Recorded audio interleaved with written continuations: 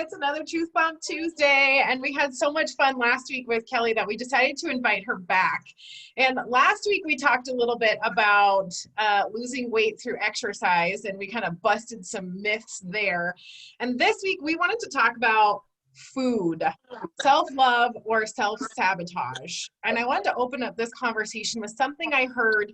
Of course, I can't remember where or when. I think it may have been a podcast I was listening to, but it was from a couple of coaches. They were weight loss coaches, and they did something similar to like Biggest Loser style weight loss. And something that he said, like literally was like a knife in my chest. He said, you know, when I look at you guys, I don't see 200 or 300 extra pounds of physical weight. What I see is 200 and 300 pounds of broken promises. And I was like, oh, ouch. And when you think about food, right, we are either like honoring ourselves through what we eat, or we're sabotaging ourselves. And oftentimes we don't make that delineation. And sometimes we think food is a reward or it's something that we deserve, when the truth is it's really sabotaging. And so I would kind of love to open up that conversation. And Shonda, I know that your health journey right now is very much leaning into looking at your relationship with food and how you're using it to love yourself. And I would love to hear a little bit about your experience. Oh, thank you. This is true. My journey's been kind of messy and difficult, and just learning about myself. And one of the things that I think about with loving myself with food, or thinking that I am, is it's really a lie. It's just really a story that I've been telling myself. And, you know, my coach has challenged that with me. Like, you know, why have I, you know, in the past 6 months struggled so hard to stay on a healthy eating plan? Why have I delineated so much? And so I would tell her, you know, here's my reasons. And it was always about enjoying people, enjoying my family and friends, you know, too much food, too many adult beverages, you know, too much stuff. And, you know, anyway. And she said, isn't that funny that you think that you're getting, because my personality, my nature, I like connections. I love people. I love to have friends and family and people around me. And I'm telling myself the story that I get more of that whenever I participate in those things, eating what everybody else is eating, cooking all the fatty food or the sweets, baking and all of that.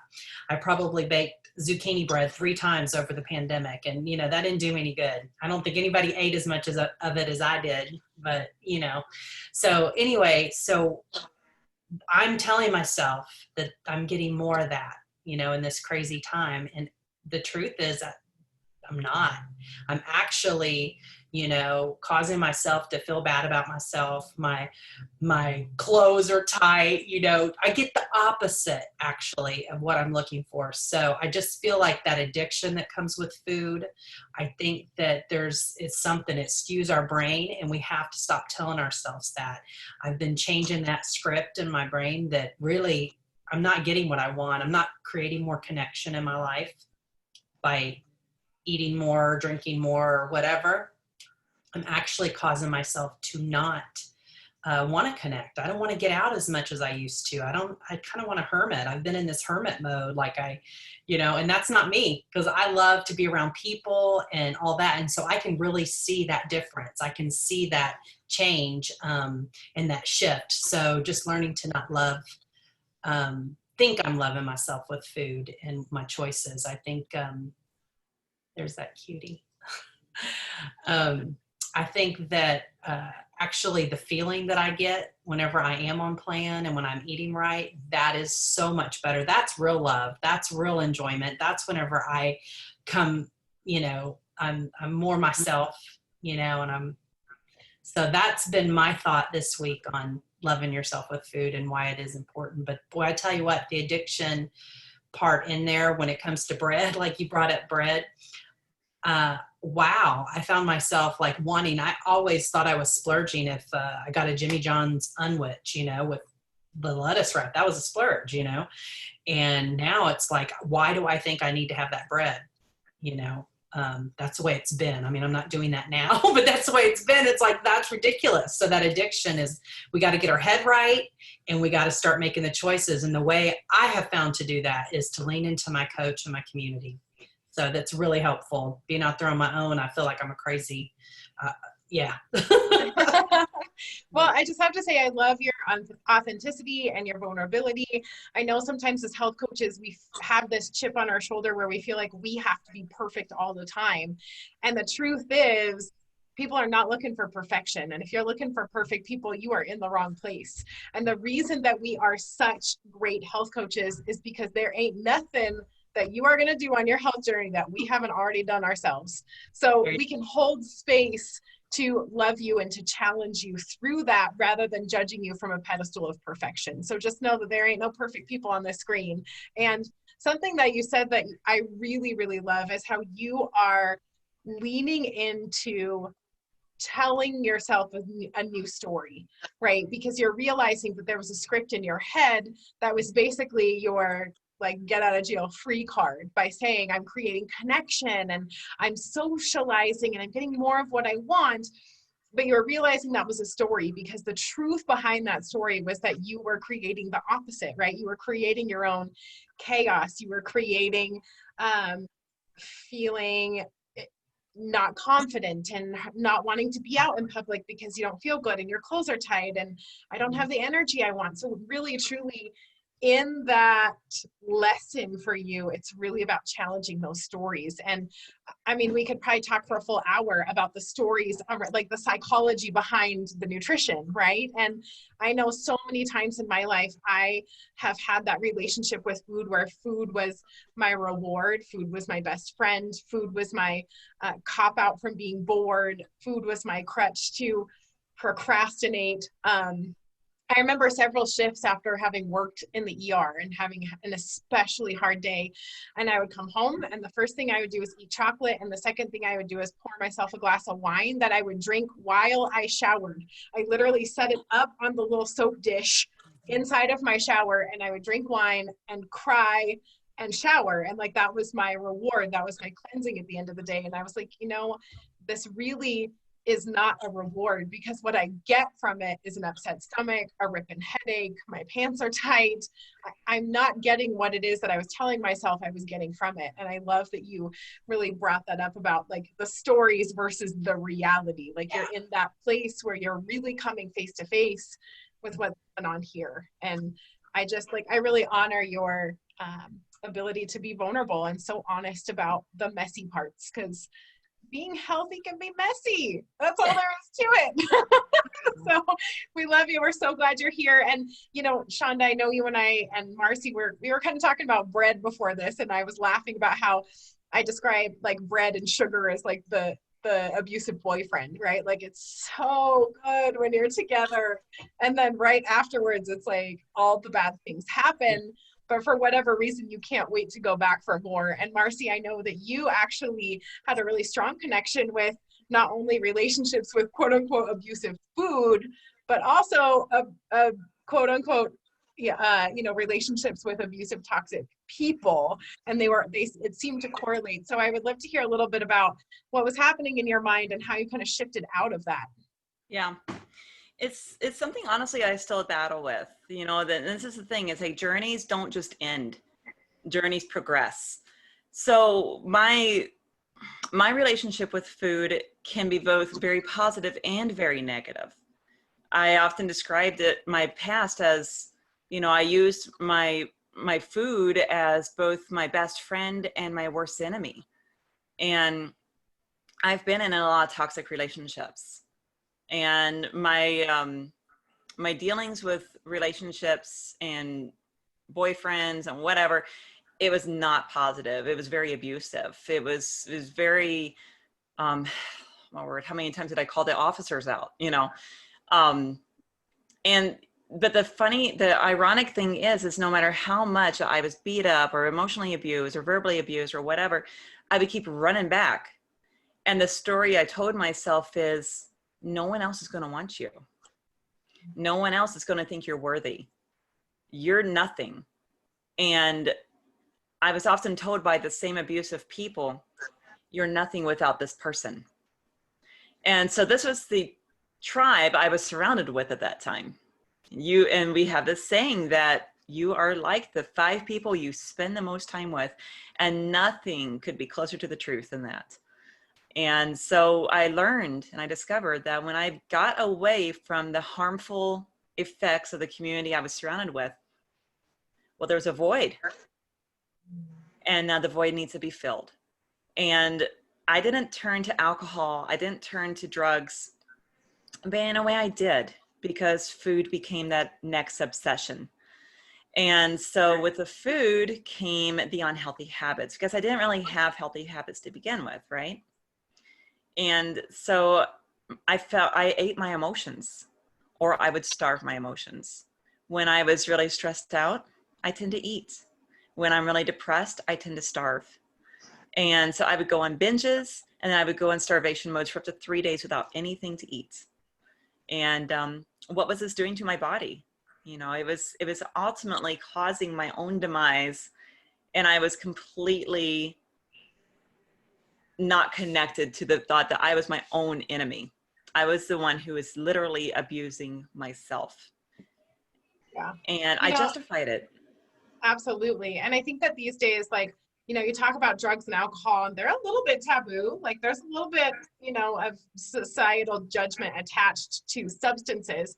However, when we talk about food and sugar and cake and cookies, the more you can have, the better, right? Like, it is the socially accepted drug. And I remember in element 16 of our life book from Dr. Anderson, he talks about addictive foods.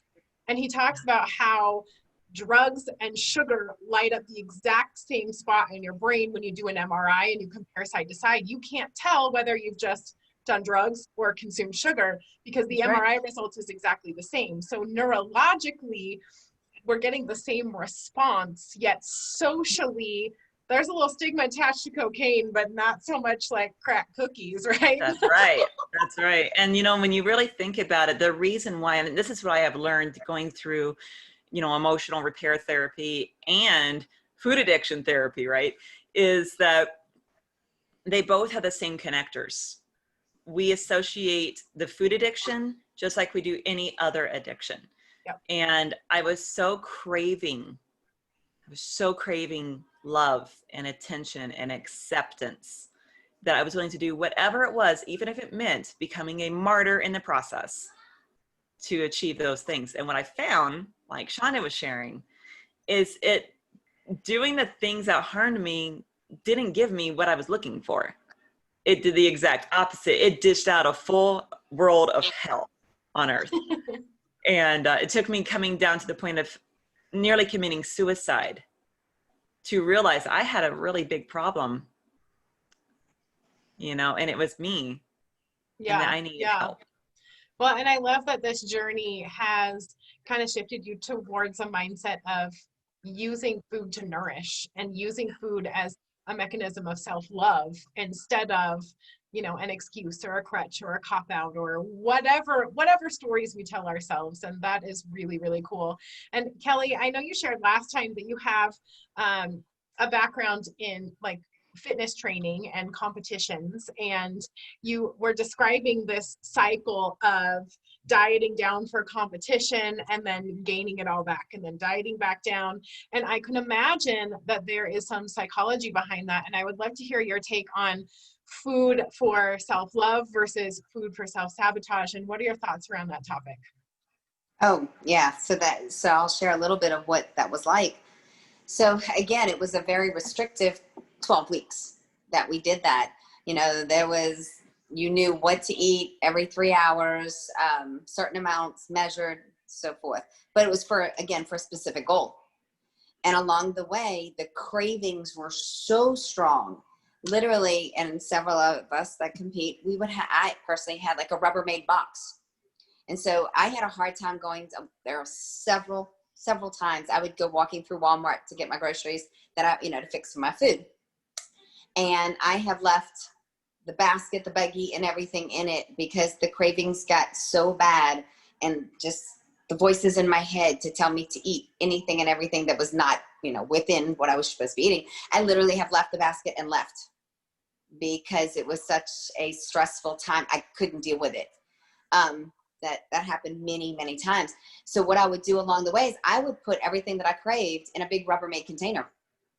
This was part of our ritual on that Friday when you go, and you get ready for the show and do your tan and all that stuff. We would go to, the nearest, like, I would say Whole Foods, but it wasn't that we were buying Whole Food stuff because we were eating that the whole time.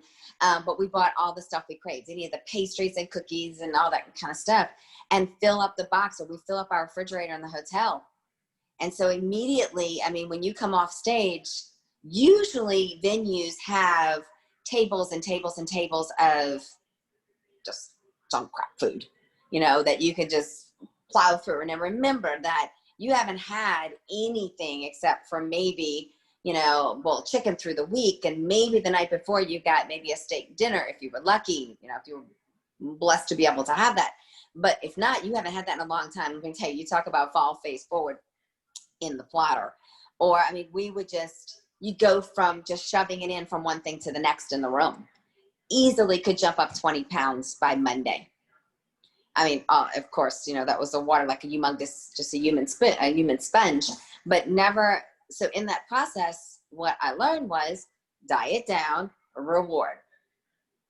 But go back to even as children, and I've done this with my kids. Okay, they've had a good day and we maybe go have ice cream, or they had a bad day and we go have ice cream. So along the way, you realize that this is kind of ingrained in brains for years. Celebrations are all, especially if you live in Louisiana, they are all centered around food. And so we've got that mentality that, whether it's good or it's bad, it's food related. Yep. So we see that as a reward type of thing. The perfect example was just the past with the weekend, with the wedding. I thoroughly enjoyed the luncheon on Friday and rehearsal dinner and the cake. I mean, I'm like, hey, I paid a lot of money for this wedding reception. I was enjoying the cake and I tasted all the food. I would probably never have eaten a mashed potato martini. That was a new thing for me, but I had to go for it. I'm like, this is amazing. Even the little girl who was kind of waiting on me, she goes, you look like you could use some mashed potatoes. I was like, thank you, girl. I worked really hard for this. Give me a break. I was like, but I'll gladly eat it. And of course, pounds were up. And in my past, I would have berated myself for having, 3 or 4 pounds higher on Sunday. I'll take that back. It was probably on Monday because I was too afraid to stay on that scale. Yes, that's still a mental problem. On Sunday, it's a work in progress. I should have just work in progress shirt on me. But on Monday, it was up several pounds. But the good thing was, what this program has taught me is don't freak out. Because you know what? On Monday, I went back to what I knew was healthier choices, and was able to move forward. And a couple of those pounds, because it was all water, I didn't gain fat in 3 days. And the other misconception is that you get fat from eating fat. I'm like, no, you don't. You get heavier with more calories. And it doesn't matter whether it's a carb, a fat, or a protein. If it's overabundance, it's going to be there. So, a lot of that is water, and knowing in my brain that was water and giving it some time, which I've already dropped off a couple of pounds anyway. But normally that would have sent me into a flying tizzy, because for several years, 10 years, I competed. That was ingrained. You did really well on stage. And a lot of times on stage, I'll give you a little bit of a hint. If you did really well, because you compete in the morning and the show is that night where you find out if you win or where you place and all that stuff. If you did really well during the day, you don't get to eat during that day. You may get to have maybe, a little bit of some meat and maybe some light veggies because we don't want to bloat the belly. But if you didn't do too well, they send you, go have whatever you want to eat right now. Go have a piece of pie, go whatever. Because knowing that you really didn't place, you're not going to be in a continue. If you do really well at night, then you may compete for overalls and things like that. So again, food was related to how you did. And it was always, either a reward or, not a reward, depending on how you looked at that. Yeah. Yeah. Well, and I think that's part of the point is that we have been programmed to see crappy junk food as a reward. And the more we reward ourselves, the harder we work, the more we deserve, and the more we end up creating our own chaos with our health. And I think that's a really good point is, I even think like back in my nursing days, right? Like it starts with giving the sweet little baby boy some sugar while you're doing a circumcision, right? Like it starts with potty treats. Like I have Still a little happens. jar of, like Skittles and M&Ms like by the bathroom sink. So if they did a good job going potty and they washed their hands, they got to pick a treat out of the potty jar, right? Like that's just what we've done socially. But the mindset shift is recognizing what those kinds of foods actually do inside of our body. And the truth is they destroy our bodies. They cause weight gain, they increase insulin, they increase blood sugar, it increases cortisol, it increases, weight gain, it destroys your energy, it messes with your sleep cycle, it messes with your hormones, all of those things that really truly sabotages your body. And so when we think about what it is that is really truly self-honoring, when people say like, I deserve it because I work so hard, I call bullshit. I said, you don't deserve to feed yourself foods that are going to wreck your body. What you deserve is a body that is healthy, that is energetic, that is well rested, that has a solid head on its shoulders, that is focused on enjoying the future and the present moment instead of being caught up, like you said, in that moment of like, I would berate myself for having eaten all the pie. And Megan, I would love to hear your thoughts on this subject of food as self-love versus self-sabotage. Well, I probably have a sugar addiction, and I like to bake. And so my problem was if one was good, two was better. And if two was good, three was great.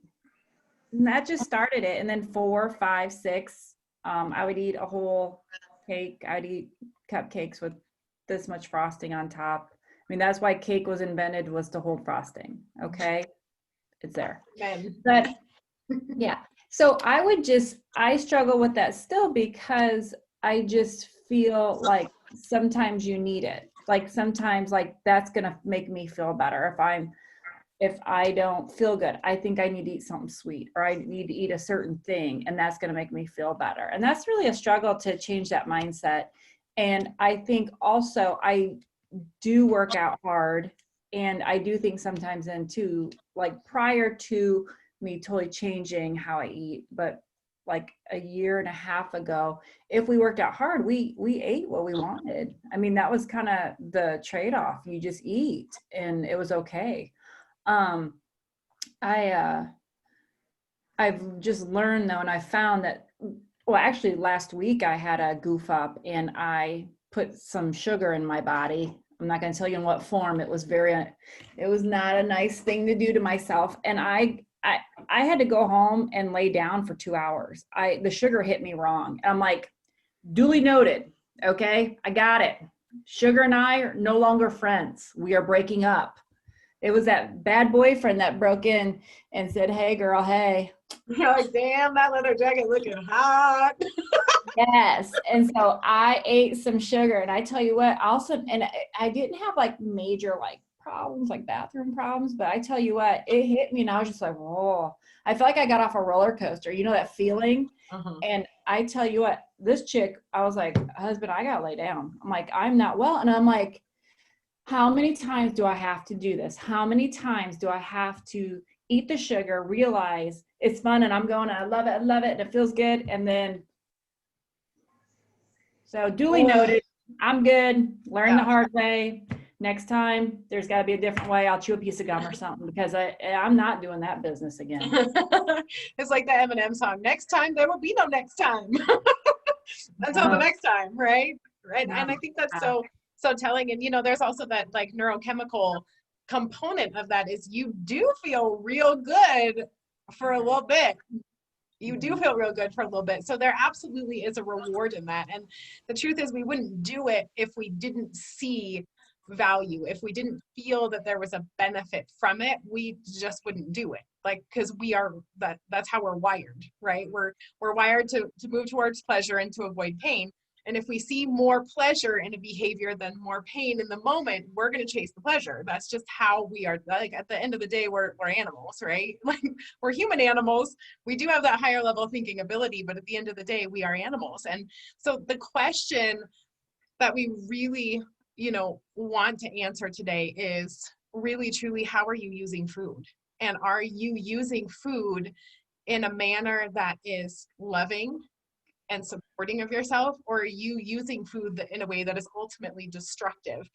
And I have no doubt that, just after this conversation, every single one of us on this screen still has challenges with that. I agree. Cake is worthless unless there is frosting on top. Thank you very much. Corner piece, please. Do not give me no middle. I am right there with you. Jessica, I was just thinking, going back to, I believe Megan noted this, is telling yourself that you deserve things, right?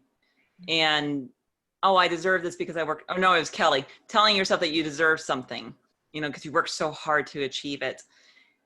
That's why I believe that people struggle so much, it's because that's a diet mentality, is that they tell themselves that they deserve something as a treat, as a reward, because they were so well behaved.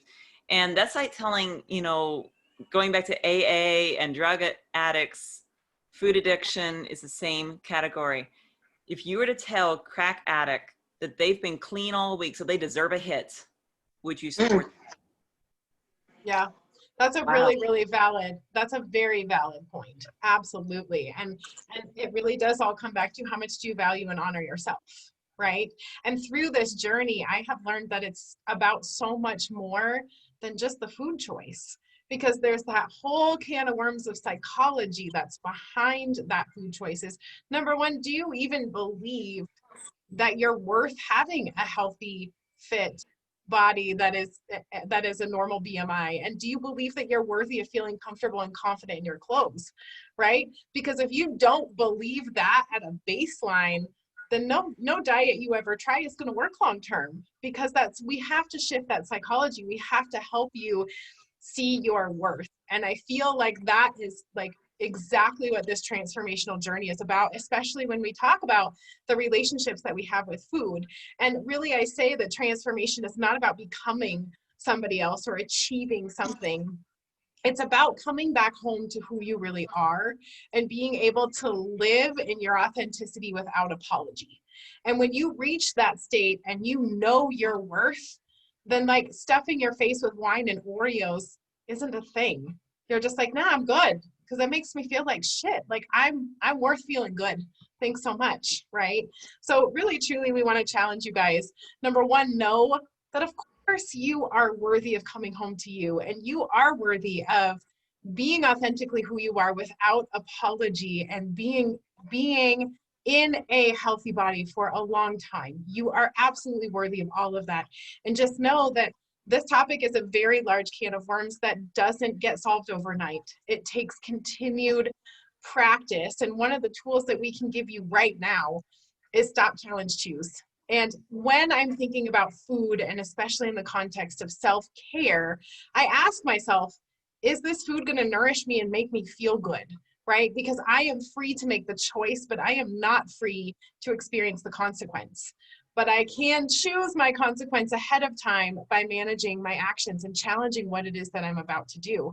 So just know that you are worth feeling amazing, and ask yourself, is what I'm about to do honoring and loving, or is it really sabotaging?